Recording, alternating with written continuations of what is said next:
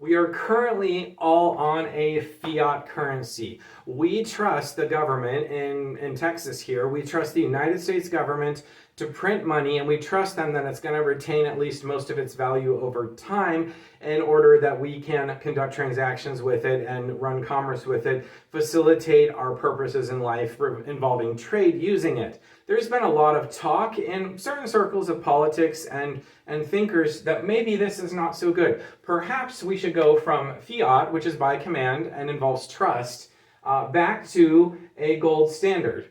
There's also thought that we should, for the same reasons as you would go to a gold standard, which are, you don't have to trust a government because the supply of gold is fixed, and so therefore, and it takes effort to get new gold out of the earth, or to refashion gold that's been repurposed, like you have old jewelry and you're going to melt it down into bars or coins or something. It has a fixed amount, so we don't have to trust the government to keep the money supply stable. For similar reasons to that, other people are like, well, we need to move to using cryptocurrency.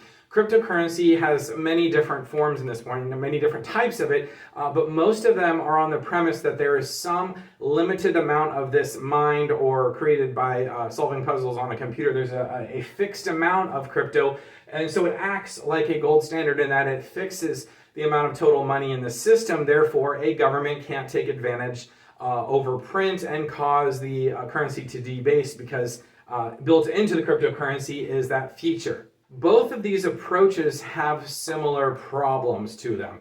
First of all, we have a lot of experience with governments using gold standards to back up their currency. The first major issue is gold standard currencies. Who makes the gold standard? It's the government, right? So in my view, it's still a fiat currency. When the government says, hey, we're going to fix it to a gold standard, that's still the trust of the government involved that they're actually going to keep to that gold standard. Kings of old would take those gold coins and start putting tin in it to stretch the gold to print more money. What's to be said the government can't just start printing more than the gold they have in reserves? Or what's to say the government tomorrow can't change the exchange rate to print more money? The exchange rate between the paper money and the gold that's going to back it up. What's also to say the government won't actually say, well, today we're going off the gold standard because we have something to do, we need to print money, and what's to say they won't do that? In fact, historically they have. In fact, the United Kingdom back in the day, they had a gold standard, and they would leave the gold standard every time there was like a war or something they needed to fight. They say, oh, we're going to leave the gold standard. They would leave the gold standard for a period of time, print money, fight the war, and then after the war is over, they would go back on the gold standard. Gold standard is more of a signal to the market, signal being something expensive somebody does to show intrinsic value. It's a way for the government to signal, hey, we are committed to a sound monetary policy. We're not going to debase it with inflation. We're going to make sure it's taken care of. We're just going to use the gold standard to show you we're going to do that. But in my view, it's ultimately a fiat currency because a gold standard at any time can be changed by the same people, the government, who implemented the gold standard in the first place. If we were to, in a centralized fashion, use a cryptocurrency on a national scale, at a country level, to say this is what we're going to do, this is going to be our official currency, I think only one country has tried it. You're going to have similar problems in that it's only as good as the word of the government that they're going to do that. Now, cryptocurrencies could just be adopted by people or groups of people to use, and that's less of an issue there. However, for currencies such as crypto to be adopted officially over the long run will ultimately fail, and here's why. Money acts as a connector of trade in an economy. Suppose these people want to trade, but they don't have what's necessary to give the other person in order to get what they want. There's a mismatch of what is wanted. It's called a lack of double coincidence of wants. They both don't want what the other has, so they have to somehow finagle a way around it. Well, money makes it very easy. You just pay them money for what you want. They use the money to get what they want. Everybody's happy. So money acts as this connector of trade in an economy so people can, do business with each other.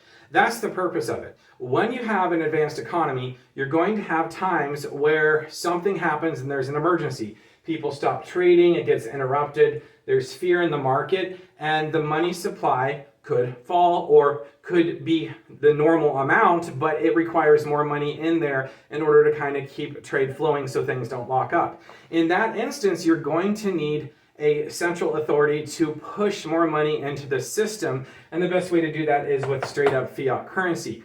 You can't do that with most cryptocurrencies because they have built-in features that don't allow that to happen. A gold standard is maybe less damaging because honestly, in an emergency, if the central bank knows what they're doing, they should drop the gold standard or change the gold standard in order to push out more money to stop this emergency. So what would happen is if you're all on a crypto in a society, there's some kind of bad recession or depression, what's going to happen is your money supply locks up, trade can't happen, and then the society will try to get around it by using another currency. It will actually fail at the macro level if you try to only do one kind of currency. The best science we have in economics says a fiat currency that is well controlled by the central bank and well balanced as far as the budgetary needs and tax revenue and all that from the fiscal side of the government, that is the best way to go in terms of modern currency.